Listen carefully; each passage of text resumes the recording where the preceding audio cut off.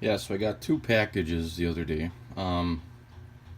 and really disappointed with the shipping methods they used. So this was an eBay package. Here's what it looks like now. Nice. Completely smashed. Look at that.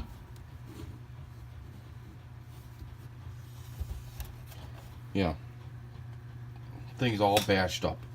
And all they used was this priority mailbox, and then just folded this cheap foam around it a little bit.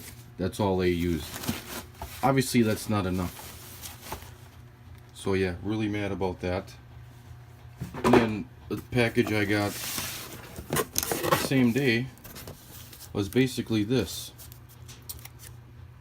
Open it up, and this is exactly how it was shipped.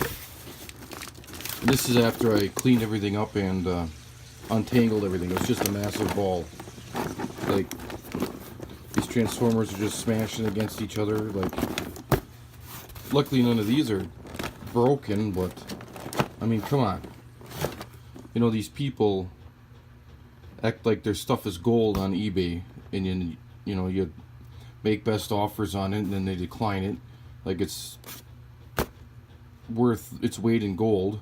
But then when it comes to shipping it, they treat it like garbage.